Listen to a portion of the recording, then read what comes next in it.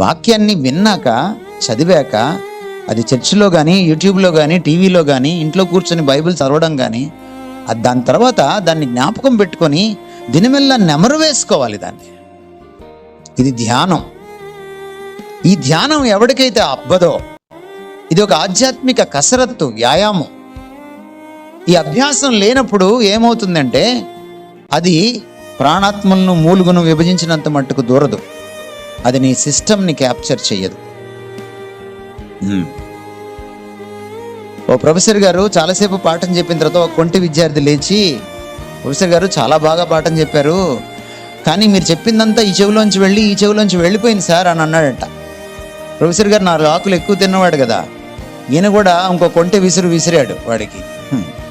అవునులేరా, ఎందుకుంటుంది, బయటికే వెళ్ళిపోతుంది, ఈ 2 చెవుల మధ్యలో ఏం లేదు కదా నీకు అన్నాడట. అంటే తలకాయ లేదు, బ్రెయిన్ లేదని. ఏదైనా ఉంటే కదరా ఉండడానికి అన్నాడంట. పాపం వాడేం చేస్తాడు, గతుక్కుమన్నాడు. తలకాయలో పెట్టుకుంటే కదా వాక్యాన్ని.